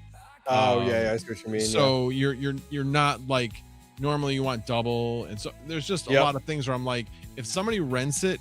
In fact, this is the frustrating thing about it is I have 2 stored instances on my machine, but only one of my GPUs being used. The other stored instance, I'm pretty sure, is a job that takes all 8, but he's blocked right now from being able to actually use it because this other guy has taken up 1 GPU of it. So I'm like, why did I change that? Why did I change that from 8 to 1? I know why I did, because it hadn't been for the rented in a minimum. while. Yeah. So, but now I get that going on. But 5060 Ti's have been doing pretty darn poorly lately. But one of the things that's interesting, and I do have to fix this. I'll probably do it when I come back. I probably won't do it before I leave. But the one that is getting rented, and again, this is why when you are on the platform and you've been on the platform for a while, people will remember your machine. If they were successful running jobs, they're not going to go out and search for somebody else. They're just going to be like, hey, is this guy available? He's available. Great. So this one is 9 cents an hour for 5060 Ti. It ends up coming out to be over 10 with all the other things I have added in. The other 2 rigs I have running at one's running at 8 cents, the other one's running at 6.3, just to try to like try different Yeah. amounts. Yeah. And the other ones have been consistently not rented. So what's the difference? The difference is that those are running on CUDA 12.8, while the one that's consistently getting rented, now admittedly that one is the older one and it does have the highest reliability of all of my rigs, but it's running on CUDA 13.0. So I'm kind of like, I probably just need to update the other ones to CUDA 13.0 and be done with it. Okay. Yeah, no, that makes sense. I have that one rig that even that problematic rig that we talked about that I thought was the motherboard, swapped out the motherboard, still having issues now. So I'm like, okay, is it the power supply? Is it the CPU? But I have a theory. This is a theory, and I want to test it out. Is because I've had 2 rigs in the last like 2 weeks that have gone offline, and I've had to go out and power cycle them. And I'm wondering if it's too cold out in my shed right now. So like these are in my home shed. And so like right now, when I look at these rigs in Vast, they're 14C. So like they're cooler out there. So I'm like, okay, so, and my one's 2C, it says 2C right now. So I'm wondering if it is getting too cold in that shed, like, and this is occurring. So what I have one fan on the speed of 1, the lowest ever. But there isn't a lot of, but if I turn off that fan, that shed will, in 2 hours, it'll be 80 in there. So I need some type of airflow out of it, but the one is too much. So what I might do is I might turn off the fans, but open the shutter fans and prop them open with a zip tie just to allow that air to come out. It's almost like a step plus, and to see if it warms it up. Because like, just like my ASIC sheds, like I'm trying to keep them 40 to 50. And so it might just be too cold in there, and that's why this hardware is acting that way. So I have a theory. I'm going to test it out tomorrow. So by next time you and I chat on a live stream, I'll be able to update to find out, because I'd rather it be 40 or 50 in there all summer long when it's, in the teens outside. So yeah, we'll see what happens and kind of go from there. Interesting. So one of the things I did have happen on one of my rigs, it was actually one of my unverified rigs, which I found interesting. Okay. But it basically had a bandwidth error, which they come up every once in a while. So I was like, all right, so let me reboot it. I rebooted it. Bandwidth error went away. And then it went offline. I'm like, what do you mean went offline? What the heck? So then I like go into it. I can SSH into it. I'm like, all right, another bug. And then I'm like, well, hold on a second. Let me just make sure that this isn't something else. So then I like, okay, well, let me check the Docker daemon. And I found out Docker wasn't running. And I'm like, well, that's odd. Why wouldn't Docker be running? And in doing some things, I'm like, oh no, it's doing this again. So what has been happening to some people, including me, is if you set up your boot partition at around 50 gig, it can fill up over time. Oh, well, that's why I took your advice to make it 100. So like all of mine are 100 gig. Yeah. So this one was set up before I ran into this problem. So when I went into it, I was like, oh, okay. But the problem was it was so full that I couldn't delete anything. I shouldn't say that. I couldn't run a tool that would help me figure out exactly what to delete.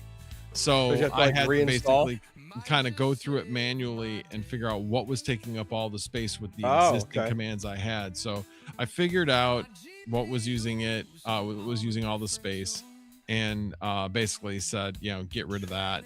I can't even remember exactly what it was at this point. But that basically cleared 20 gig, but that alone didn't do it. I had to do a reinstall. Yep. And then once I did the reinstall, everything has been fine since. But that was that was not fun.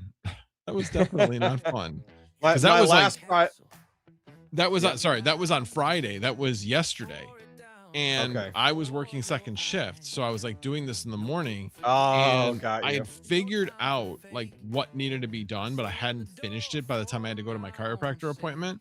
But that's only like 3 minutes away. So then I came back home for like another 20 minutes before driving to work so that I could finish this and get it up and running. And I was able to do it before I left. So I was like, okay, cool. I got that all done. I can check that off my to-do list and not have to worry about it all day. But yeah, that was definitely check your boot partition to see Yeah, if it this fills up makes if you sense. run into any problems with your vast rigs. The other thing I did, and this was I got halfway through it, was actually my office project here. So behind me, I don't know if you want to make me larger, but behind me, I rebuilt this entire thing behind me. This crazy hutch looking thing that we see here, and so this was something that I have had the stuff for months, and is one of those been sitting outside my door wanting to do it. I just haven't had an opportunity to do it. So what I did with this actually behind me, and it looks a little bit different for you guys. You might be like, I don't see any difference, but for me, it was a ton. Was I emptied all of these shelves completely out, and then there's actually floating shelves back behind me here. Max is trying to figure this out. I see him. He's I'm really trying to focused. figure it out. Yes, and so far I haven't you figured can. out which one of these Fancy buttons. scene options, additional controls. Yeah, I'm trying to figure out how to change the scene, but I'm not. Anyway, you keep talking. Oh, don't worry. You're good. Don't worry. That's fine. So I actually added all of these floating shelves here, back behind me here, and so I added all of those today, and then I actually added electrical on every shelf. So now there's actually electrical on all the shelves up top there. So I was actually able to add lighting. So there's actually LED lighting on top of there as well. And there's a lot of like new stuff that I added here. Like over here, I have an S9 hash board that still works sitting on my shelf over there. I moved my GPUs over here. My play button I put over here. Like I kind of just moved a lot of things around and added a lot. But yeah, so it's all lighting with electrical on each shelf. So like up top here, you might be able to see, it might be hard for the live stream, but up top there's actually a ticker that has like Solana and Bitcoin and Casper and Dogecoin. I hung up my Zapper gun from Nintendo. So I spent my entire day running electrical into this, adding all these shelving. It's something I've wanted to do for a really long time because I've wanted to get more lighting in this room. Like I love watching live streams or videos with like well lit, like super well lit. And so I was like, I'm gonna put the time into it. So yeah, and then this is the best thing. So I used to have a black mat on my desk on this here. Check this thing out. This is from Newegg. It was $9 and it's an entire computer layout. That was $9. $9 off of Newegg. Look at that. That's the whole insane. computer has everything on it. So this is the new pad for my desk versus a black one. Yeah. Was that recent that you bought that? Like a week ago. I'll find the link. Wow. I'll find the link. Yeah, and but yeah, that worked out perfect. So I just got done everything I wanted to. I still have a few more things to hang up there. And then I have new lighting for my desk. And then I actually have like a hair light or a fill light as well that I'm going to be installing. So like I thought, these are those things where like you think it's going to take like 2 hours and like 6 hours later, you're still working on it. That's exactly me today. But yeah, so that was my day. So it turned out pretty productive to say the least. And I was really happy with the way it turned out back there. I'm going to have to, I'm going to have to do some more research on how to make it so I can have one person show up versus both people all the time. Cool. It's cool. Let me see if I could find that link to that mat if anybody is interested in it. Cause it was $9 off eBay or off Newegg, which was great. Yeah. So outside of that, nothing else too crazy on my end here. I've been flipping my Caspa miners over from Shroud setups back to stock to sell those. So I've been working on getting those freed up, which is nice to get some free space within the shed. I've been playing the game with the power company a little bit here. Hang on, I'm logging into my Newegg so I can get this, and then I'll explain a little bit on the power company side. All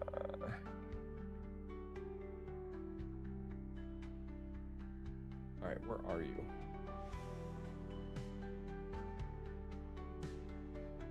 determined.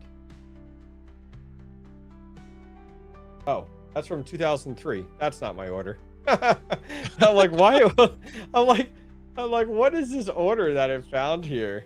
Let's see. I'm determined to find it now.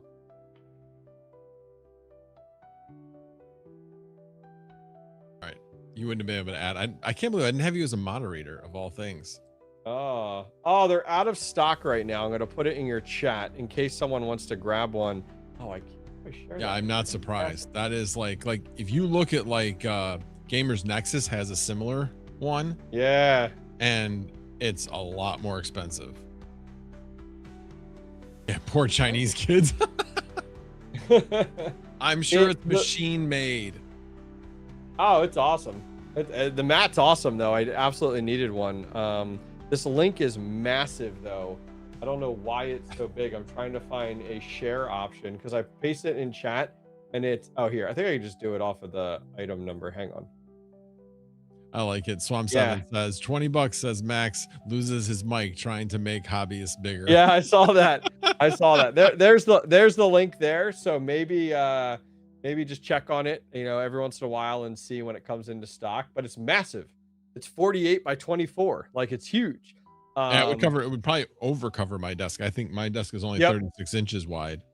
Yeah, so that worked out well. But yeah, on the power company side, so I met with a power broker that I'm currently using, and I met with the power company that I have with my current shed, which originally told me that they could add me my new service to the existing contract. Well, now they can't do that anymore because things have changed. The market has changed. Of course the market has changed. You know, I should have got it in writing, but it could be a blessing and a curse because they came in a little bit higher than where they were before. So they came in at like 8.4 or something like that versus my 7.2 that I have now. But I signed up for a company that was offering unlimited electric. We've talked about this many times in the past. They were offering unlimited electric on the supply side. And so they take a look at your 12-month history. Well, I don't have a 12-month history. This is a brand new service, right? It's got like 1 month under its belt. But with 1 month under the belt, I was running 4 ASICs in there. So it was about 10,000 kilowatt hours. And they still let me on, and I was reading through their stuff. Like I didn't see any stipulations in there and stuff. So I'm currently on them, but it was halfway through the cycle. So they only billed me for halfway through the cycle. But when you look at it on the power bill, it literally has like 2 suppliers. The original one that was like the power company. And then the second one is the name of this company, and it has the dates, the second half of December, and it has $165. So their unlimited electric was $330 and it was $165. And I'm like, okay, like it's on there, like fantastic. So I may have found another one of these, we'll call them, but we will see. So I'm like tiptoeing into it. So I'm like, okay, we got half a month in. Let's go 1 more month to make sure before I'm like, all right, let's move some more ASICs over to save some money. And believe it or not, the power company actually set this new service as residential. So like my first bill came and it was residential, and I like called them up and I'm like, and now this, you know, as you know, so these things always take forever with the power company. So I installed this October 2nd. I got energized. I didn't get my first bill for like a little ways later. And so I called them up and I'm like, hey, the work order said commercial GS1. It's a single phase commercial 400 amp service. And I'm like, you guys have it listed as residential. Oh, we need to get that fixed. Okay, great. And then like, I need you guys to rebuild this so that I have the proper rates. Weeks go by. Finally, I get my second bill and they updated it. Awesome. Like it shows commercial, but they never updated the first bill to rebuild it. So I called them up the other day. I'm like, hey, and they're like, oh, we're still working on this. I'm like, okay.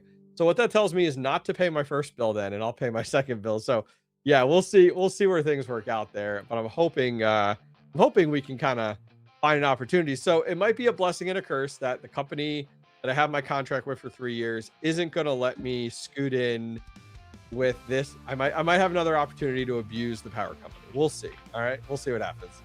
I'm hoping.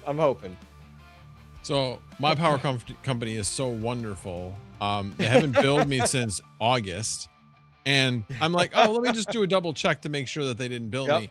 And now Yep. the request is blocked, meaning that their website is down hard for the count. You cannot access it. Let it ride. Let it ride. You know, hey, heck yeah. How do you guys even make money? You know what? Jeez. They'll eventually come for it. You know what I mean? Eventually. Oh, I'm sure So, they like, will. And that's fine. Yeah, But that's jeez. crazy. That's crazy. Absolutely. Whew. Wait a minute, hold on a second. Swamp Seven's like, don't start on power companies. Mine voted to raise the price 1 cent per kilowatt hour this year. That's all? That's all. Yeah, if you should look at your bill. So I've gone back over like a year and look at my bill, and on the demand side, it's like 0.00 something more every single time. Like it just keeps creeping up, and I'm like, do you do this and then you expect your customers not to see what you're doing? Like when you look at a 12-month history, you can absolutely see it. But yeah, that's, oh man. So one of the things I do like about living in Illinois is the regulation around power pricing. So the utility, ComEd or Ameren, cannot profit from the actual supply. They can profit from the transmission, but even that is regulated. So they're like, no. You're a transmission company. You're not a supplier company. So therefore, you are not going to profit from the supply. Now, Constellation or any of these other third-party suppliers that supply the utilities, they of course can make profit, but they make profit based upon the auctions. We've talked about that before with PG&E. So anyway, but yeah, we're pretty low, but it is interesting. They did make a change in again, it all has to pass through state law. But they made a change where it used to be there was an adjustment factor per month based upon external factors that were happening. But the plus and minus couldn't be more than a half a cent higher or lower. That's not the case anymore. There's unlimited change. So there's been some months where I've seen it actually at over 2 cents higher. And I've never seen it 2 cents lower, but I've seen it like 1.7 cents lower. So obviously it depends on how much demand is there. You know, if we're fall and spring, generally, if power is consistent and we don't have huge fluctuations in temperatures, the power pricing is usually pretty low.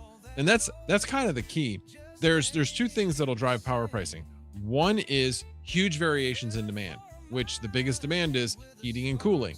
So if you have 50 degrees one day and 80 degrees the next, and you're constantly fluctuating, well, the power company can't deal with that fluctuation in power very easily, because these power plants, especially nuclear, you cannot just suddenly go, oh, we're just going to turn it down. No. You can do that with natural gas, but natural gas has a higher cost of production. So anyway, I just kind of been looking at this and seeing like the different factors that come into play. It certainly comes into play on what I have, which is hourly. But that's the other thing. I really wish I could see how much money I'm still saving. That's the thing that's bugging me. I want to be able to see it, and I haven't been able to see it. I had the whole spreadsheet done, and I've been updating it every single month with how much my savings was, and I haven't been able to update that. And my data analyst side is just like getting absolutely triggered. The one thing you had talked about was your power company and supply. So in Pennsylvania, PPL, they can do both the transmission and also the supply. So like they're the transmission side, which is like 4 to 5 cents. But then on the supply side, I really wish they wouldn't be allowed to, because what happens is they set their supply side at like 12 cents. Like, so it's 12 cents plus the 5 cents on the other side. So you're at 17 cents total. What happens is there's 50 other suppliers out there. So you're allowed to, in Pennsylvania, jump to them. Yeah, same here. They all use the power company PPL sub number as like a baseline. So they'll be like, well, they're 12 cents. So we come in at 11. And it's like, this isn't any, like, come on, this isn't any better. I wish they would eliminate that power company, so then to allow that to be more competitive. But that power company comes in and like, that's what you have unless you shop it. So that's definitely the challenge for sure. So We it we would have this be thing called awesome. Citizens Utility Board, and Okay. they're all about lower prices. But the bottom line is, because of how things are structured, you really can't get cheaper power than what you can get through the utility. It's just because Oh, really? Okay. they have it like suppressed so much. So like our supply rate right now is right around 10 cents. Okay. So they are technically the supplier, but they're not able to supply all the energy. They have to buy from third-party production companies as well. Got you. So like Constellation owns a lot of the nuclear power plants in our area. So Yeah, they have a Constellation has special blown agreement up for a that. ton in the U.S. They've blown up a lot with a lot of the data centers. Swamp 7 was talking about 5 to 6 cents. Boo hoo. Stand in chat says my power bill is between 15 to 17 cents, and they keep raising it every year. We have a couple data centers moving into the state. So yeah, I mean, everyone's having their electric rates go up a little bit at a time. If you're in, as Max and I had talked about, like PJM, if you fall under that, that's like 20 different states or 19 different states that all have had their rates increase pretty substantially. You did comment on data centers coming in. So, and I don't know all the details, but with data centers coming in, believe it or not, data centers provide actual 2 benefits for you. The first benefit is that they are forced to upgrade the infrastructure in that area, which is a win-win for you, because power companies don't upgrade infrastructure like ever unless they have a demand for it. Major neighborhood coming in, they put a substation in, or a data center coming in, they're using a significant amount of power. So that's a good thing for you. The other thing is that data centers mean that the power company is going to have higher demand, and they're going to be using, more power in that. But I look at it like I do with like Bitcoin mining farms. They end up being batteries at the end of the day, in that regard. So, I don't know that a data center instantly means that your power rate's going to go up. Because of what reason? Like, are you looking at it from a supply and demand perspective, and that's why you're saying it's going up? That's what I'm just curious about. So there's 2 things. One is, and I don't know the answer to this question, the first question, but that is, these data centers are coming in, and are they negotiating like special prices that consumers can't get? So in other words, they're able to pay much, much lower than your consumers, which in essence, for the same amount of power, well, they've got to still be able to produce that power. So now they are driving up. If that's the case, I don't know that's the case. Sure. Now, the other thing, the big difference between a Bitcoin mining farm and a data center isn't going to turn off. Yeah, correct. And like Bitcoin mining farm, activity, when things get tough, they will turn off. So that's why Bitcoin miners are perfect to have in areas, because they can have agreements with the utility to say, yep, I'm gonna have a super low rate and give you that constant demand. And when things get tough and you need me to turn off so that you can continue to supply, that is a huge benefit that people who aren't in mining, people that aren't don't know. And it's like, and I have to I've educated people on this numerous times, like, oh yeah, but I don't want any Bitcoin miners. Like, no, you do. You just don't understand why. Data centers, maybe not, but Bitcoin mining farms, yes, you do, because of this this particular feature. Yeah, definitely. So one thing that I'm interested to try out, and I'll have to report back. So I've been talking more and more with the Brains team, and I've been using Brains more and more with a lot of my Bitcoin miners. Had great success with them. There's just, I don't know if you know, even Brains has a feature called DPM that will fluctuate the power based on the temperature of the ASIC. So like as the temperature goes up, the S21 Pros are very common of overheating issues without repasting them. Well, as it starts to see that it starts to overheat, it will clock it down by 300 watt increments, and you can set a minimum. So like my S21's minimum is 900 watts. It'll go that low and then bring it back up. Or if it goes too low, it actually has a feature to shut it down, like a sleep mode. And then when it cools off, it'll bring it back online, which is pretty sweet. But talking about timing and scheduling, Brains is coming out. Part of their Brains Manager, which is free, is Control Flow. And Control Flow, if you remember back in the days with GPUs, when like with Hive, when like you try to figure out how to set up a schedule and things like that. control flow is all about scheduling for your ASICs. So you can go in and set different power modes based off of the time of day. So we were talking about like, oh, if you like in chat, we were talking about evenings or certain times of year, you could have it in the evenings, go to full normal mode at these watts, and then in the during the day it goes to low power mode in order, like if your rates are changing and stuff.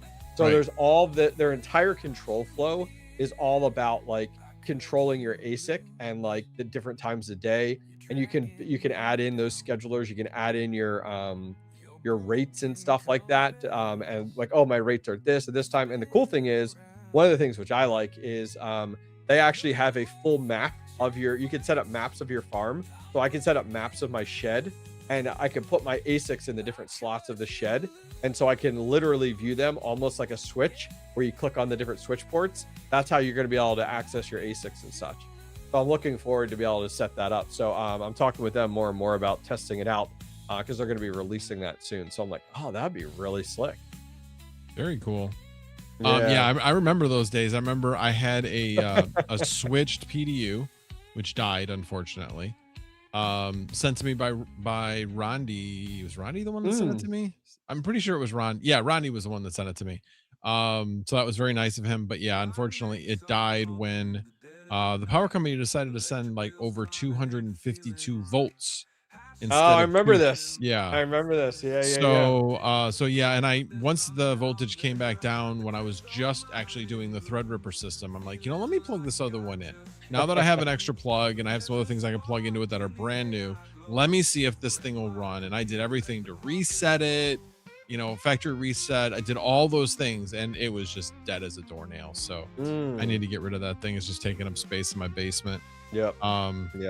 So, but yeah. I remember the other thing I was mentioning. Yeah. And then there was another way of, you could actually set timed commands. Like you could do a command to say, within Hive, to say, turn off for this amount of time, and it would turn back on after that many seconds. So that was it wasn't great. Performance. It wasn't great. It was like a half-assed version of like a scheduler. Yes. I wish they would have built that out much better, because like that would have been awesome to be able to just set times of day, scheduling time periods to, that would have been super convenient to stop the miner, start the miner, reboot it. Yeah, that would have been really nice. Yeah, it would have been nice if you could have done like power on via Ethernet. And I don't think that was never reliable. And I don't think it's generally a very reliable feature as it is. But yeah, I remember those days when it was like, okay, we're marginally profitable, so we're only going to be mining at night when I've got like possibly negative power rates or extremely low power rates. And yeah, those days are kind of over. Oh yeah, I agree. All right, Max, I'm gonna peace out, brother. I'm gonna leave you to it as always. Hey, one more thing before you go. Yeah, have you been looking at 5090s to see like if any of them are available, like retail? I have not shopped. No, retail I gave up on because they were just so expensive. I was like, retail's too expensive. So yeah. The Astral was the only thing I was able to find, and it's gone up to over $3,600. Oh, get out. Yeah. Get out. I'll stick with Facebook Marketplace and make my 4-hour drives for my cards. I'm good. And then Micro Center, zero at my local store. I was talking with they had one. I should say they had one that was an open box. That was it. I was talking with Vishtang actually, because he just rolled out another 8-card 5090 rig for himself, and he says he's got an in at Micro Center, and he gave the guy his phone number, and the guy texts him when they have them in, and he just orders them then, like instantly, like good to go. But even then, like those prices are crazy. So yeah, I mean, I think my goal is to get once I get this rig up and running, then my goal is to kind of look at like where I'm at quarterly with my business, content, all of this, and be like, okay, I need, instead of like paying estimated taxes, my goal is like, okay, what can I spend in order to bring that down? And I feel like a 5090 is going to be a win-win, right? It's just going to be like hey, I need to sell it. Great, we're good to go. Like, or buy it, and that'll help offset some of those taxes, which will be nice. Thank you for the $2 super chat, Rizzo. I appreciate it. Who's Abe? Who's Abe? That's me. I'm Abe Froman. I'm the Sausage King of Chicago. Did you not hear that story? I did not, but I will get it next time. Okay. All right, you guys have a good one. See ya. All right, Bye. see you later. Thank you for the super chat, Rizzo. I do appreciate it very, very much. All right, let me swing this back over to the standard.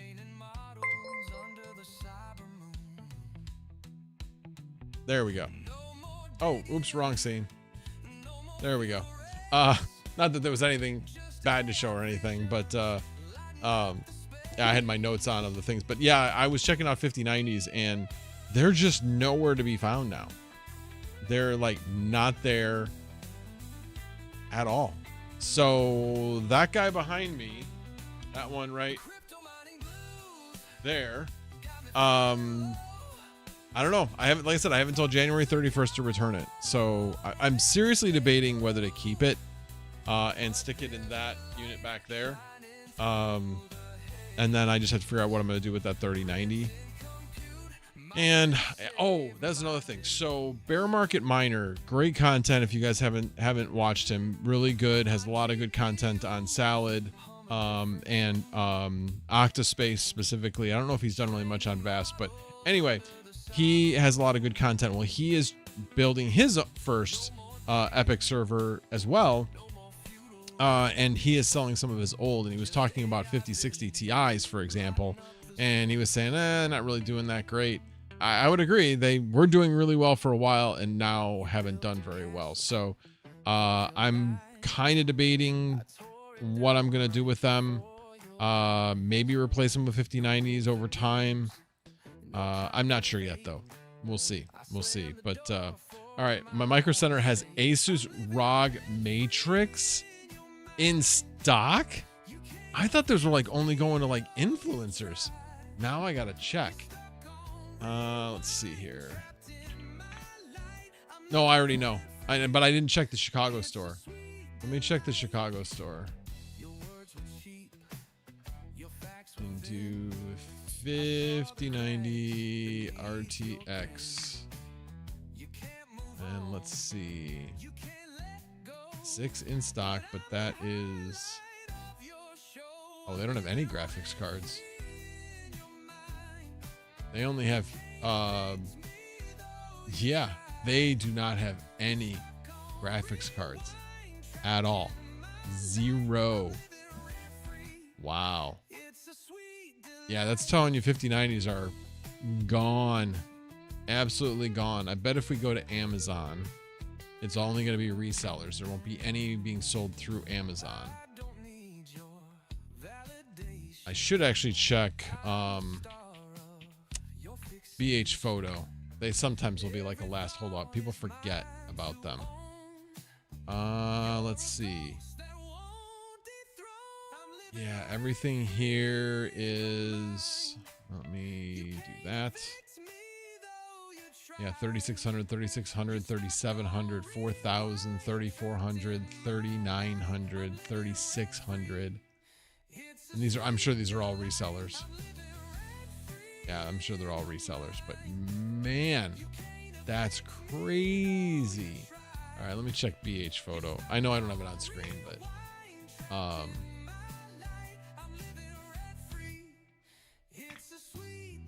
let me actually pull it up. Go to here. Yeah, there you go. Out of that. There we go. That is what? Oh, request assistance. Never mind. Temporarily out of stock. God, that was like, are you kidding me? Let's do graphics cards, savings and stock. Nope. Oh, because there's nothing in stock. So they're completely out as well. Because I was like, why can't I click the in stock button? Oh yeah, that's because nothing is in stock. Request assistance, request assistance, request notify when available. Yeah, you can't get them at all. They're gone. Now I actually do want to go back to Micro Center to see if that open box is still there. The MSI one, the same one I've got. Even that is being sold for higher for open box. say GPU. Maybe that'll save me some trouble. Not exactly. Not Chicago. Let's go to Westmont. Nope. It's gone. Oh, wait a minute. Let's go to graphics card. I think. Oh, that's the external. Oculink. So yeah. They're gone. They are gone. Let's just check Newegg, which I'm sure is just going to be scalpers. Let's do 5090. What am I missing? I mean, I guess I haven't checked Best Buy, but Best Buy last time I checked only had the Astrals. Yeah, so this one. Here, let me do this. Sold by Newegg. Yeah, so this one, $32.79. That's actually fairly reasonable. Like I said, I got that one for $2,800, so definitely significantly less than that. But man, yeah, I guess you have. These are sold. Oh, that's the system. Yeah, so basically they have open box Astral for $3,200. Yeah, I suppose that's not horrible. Yeah, and then we start getting into out of stock. Although it says coming soon. Really? I don't buy that. I do not buy that at all. At all. There's my Packer. Thanks, honey. All right, let's what did I say was one? Oh, I didn't check Best Buy. Let's see if Best Buy has any left.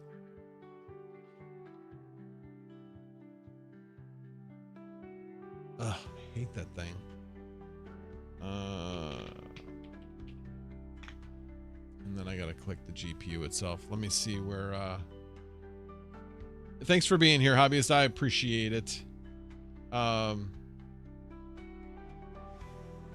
Just sold some BTC at 91,100. Didn't expect a small pump.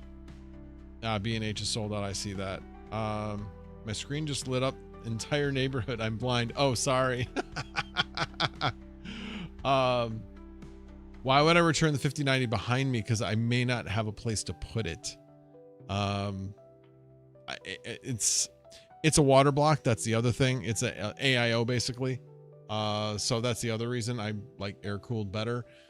But the reason why I'd gotten it was because I needed one that was smaller than a 3 slot card, and that's like a 2.2. But then I got the Founders Edition, so I didn't really need that one for why I bought it for. So that's why. But like I said, I'll probably end up reselling it. Wait a minute, what?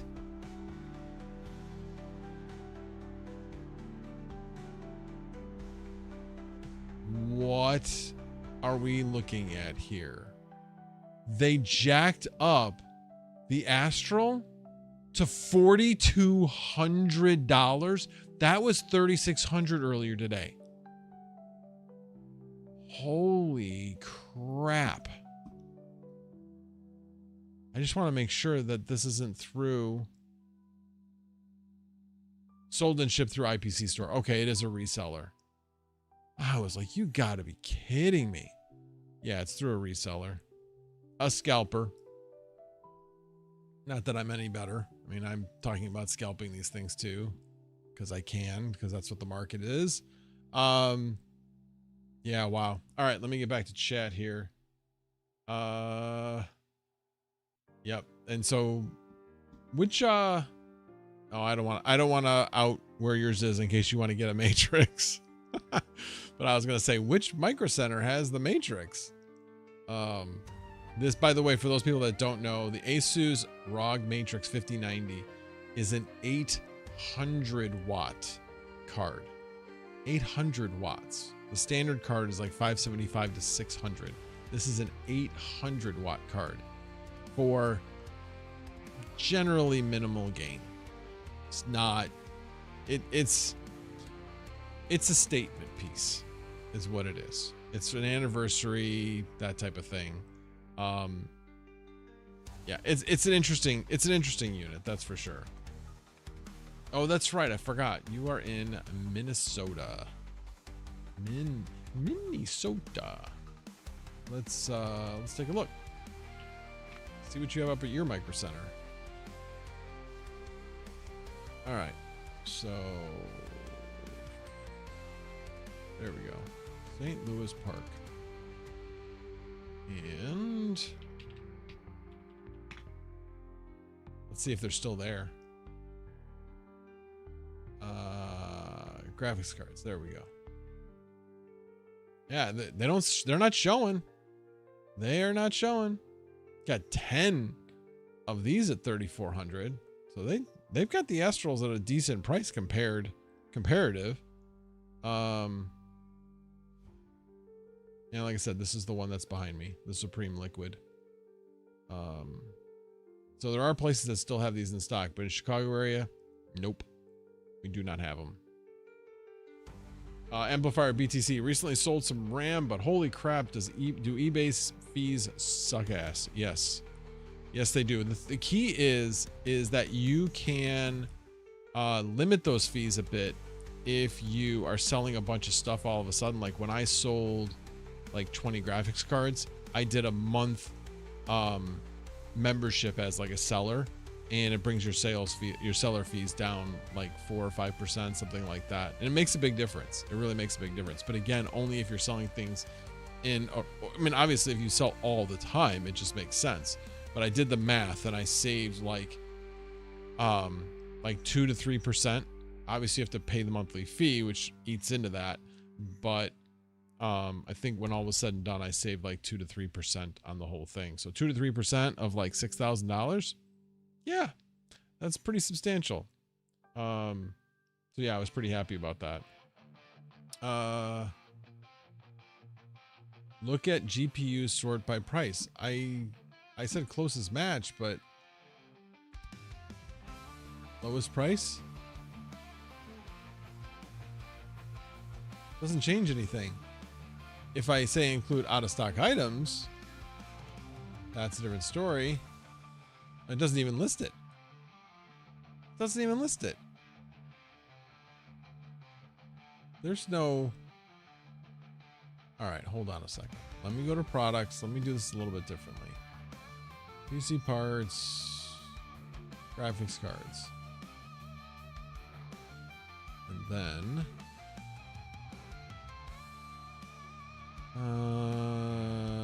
NVIDIA 5000 series and 5090.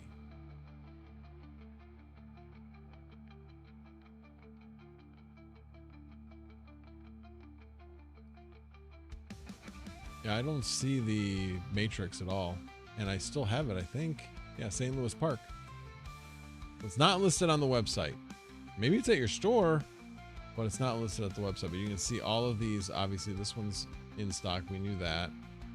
And then sold out, sold out, sold out, sold out, sold out. 7 in stock of this one. 5 in stock of this one. So you can see that the AIO models are lower in demand. So yeah, not sure. But anyway, and they got 20 in stock of the Astral. And like I said, that's going to be a good price come a month from now. All right, let me check. Too many filters. What are you talking about? Are you saying you still see it on the site? It's not a 5090 in their system? Well, that's dumb. All right, fine. Here's what we'll do. Let's just do a new search. We'll do Matrix. Asus Matrix.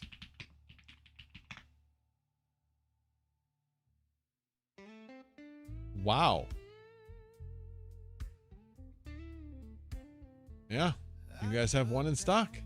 $4,000 doesn't sound so bad now. Now I gotta see. Do we? Since now that I know it's not listed as a 5090, let me see if my nearest store. Nope, sold out there. Check Chicago. Nope, Sold out in both those locations. So either somebody already bought them or they never had them. One of the two. All right. Well, hey, thanks for showing me. I didn't realize that those were even going to show up at local stores. All right. Let me. Yes, 800 watts has to pull from the motherboard and a 12-pin PCIe BS cable. I don't know if he means power supply cable, but yeah, there are ways of fooling it, but basically, yeah, you have to have like a bottom pull board, like one that you actually hook up the cables behind the board. That's what it's designed for. Sorry, I'm going back up to see. Oh, hit you up before you return it. Okay. Like I said, I haven't decided whether I'm going to return it or not, but yeah, I'm definitely thinking about it. But I will definitely talk to you before I go ahead and do that.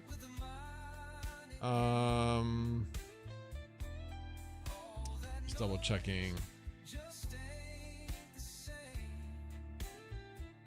Can you pull the GPU out of that box? Swamp 7? Let me go back to 5090.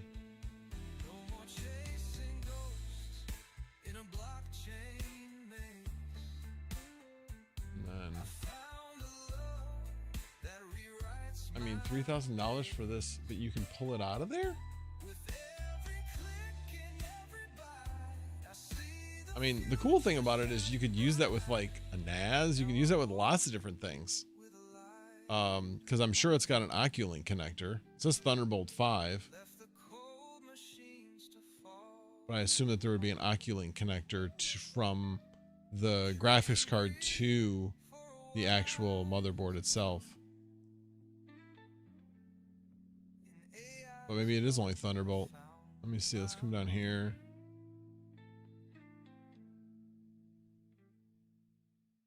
Interface Thunderbolt 5. Okay, I guess it is only Thunderbolt 5. Huh, interesting. All right, let me just double check something. Oh, you got an Asus TUF available. That's, yeah, again, that Asus TUF has been popping up in my email through Trackalacker every so often, although I don't think I remember seeing it within the last few days. Sorry, I'm trying to get to that email. Let's see if I've gotten. Let's see here. Any Trackalacker? Getting tons of emails from. All right, let's do Trackalacker.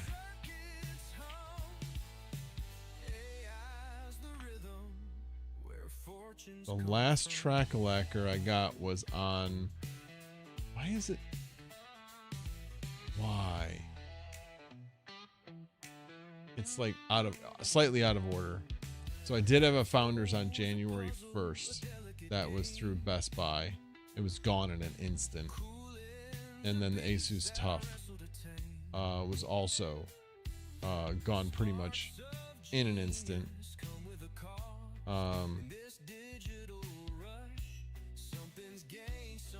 See, yeah, it popped up a bunch of times on December 31st. So Asus TUF through the Asus website. Oh no, actually this was Best Buy. It pops up occasionally at $2,000. At least Trackalacker says it does. Every time I've tried, I have not been successful at trying to get that. But anyway, all right, let me scroll down to the bottom. We'll be wrapping up here shortly.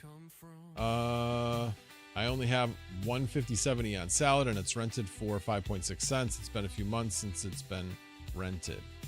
Oh, and it's rented now. Let's take a look at Salad and see what they're. I know that they have been getting some more demand. Thought I was logged in. All right, hold on a second. Hello. There we go. Give me a second while I log in.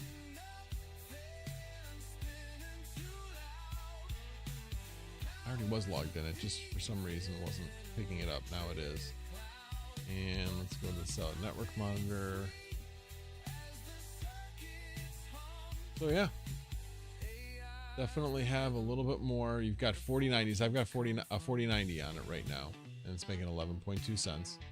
3090 Ti, both of those are high. 2070, 3090, and 4070 Ti, super. And the 5070, which I think is what you were saying, is now at moderate. What I've been finding at moderate is that means you're generally going to be rented. Not for sure, but you're generally going to be rented. Once you get to low, So I've also got a 3060 Ti in here.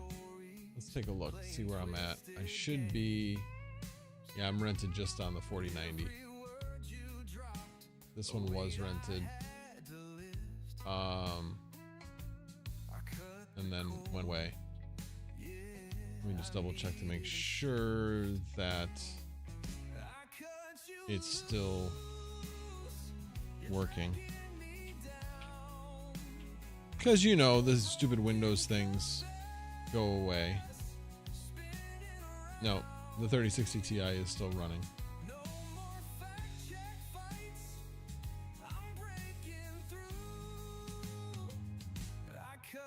Alrighty, guys, I am gonna call it a night. Watch for streams this week, either on Goats, Croots, or my channel. I know that we are going to be doing some streams, probably one on each channel throughout the show.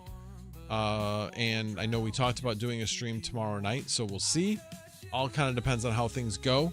That day, I know that we have like an initial like 3 hours with interacting with the different exhibitors and stuff. Like I said, it's like CES Unlimited or something like that. I think is what it's called. So trying to make some really good use of that and networking time at that time. So I don't know, we'll see. But I will definitely try to have fun. I think we will. I am not going to Dead Mouse. I know that Goat and Crute are both really excited about going to see Dead Mouse, but it's at 11 o'clock to 3:30 in the morning. Yeah, I know myself, and they're going to be standing up the entire time, and that's not happening right now. But the hip has been doing better. It's been a pretty good week for it. I've been doing some exercises which hurt like hell, like the day after I do them, but then slowly throughout the week after I do the exercises, it gets much better where I'm actually able to walk better. So I just need to get more regular at doing those exercises, and maybe I won't need a hip replacement this year. But we'll see. But I definitely have a set that I am going to be consistent with, and hopefully we'll see where it goes. Either way, if I do still need a replacement, it will still put me in a better position for recovery, having done those exercises. So either way, it's a win-win, no matter what. All right, let's see. Yeah, Frogman saying still at St. Louis Micro Astral 3359. Yep. I've been running a tough board since 2012 with Sandy Bridge 2600K overclocked to 4.5 gig. It's been running almost 24/7 the whole time. You know, it's funny you mentioned that. So I always think that sometimes it's harder on a piece of electronics to run not 24/7 because it has the heat and cool down cycles of turning on and turning off. That I'm thinking if you just kind of let it sit at the same general utilization, it's going to stay at that constant temperature, and it's probably going to be okay at that. I don't know. That's kind of what I'm thinking. That's my logic. Isn't that the triple channel? I can't remember. Just dual channel. Oh, got it. On mine. Got it. Just turn off unless bad storm. Well, yes. Obviously, yeah, then you would. But interestingly enough, actually, one of the things I did when I had my the panel upgraded is I did put in a spot for a surge protector, and it's a significant one.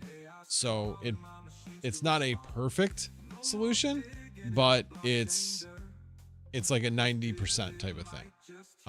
Could you still lose something? Yeah. You certainly could lose your ability to have power if it blows that thing, but then you just have to put in a new one and you'll be back up. But better to blow that thing than blow all your electronics. So, but yeah. Alrighty, guys. Well, thank you very much for coming. I appreciate it. And as always, no tabs were harmed in the making of this video. Have a good night, everybody. I may or may not be here next week. Depends on the flight, but I will be putting out posts and stuff. Maybe I'll do a Sunday stream. I'll figure something out. Maybe I'll do a Saturday morning stream before I leave. Again, I'll figure it out. But we'll see you next time. Have a good one, everybody.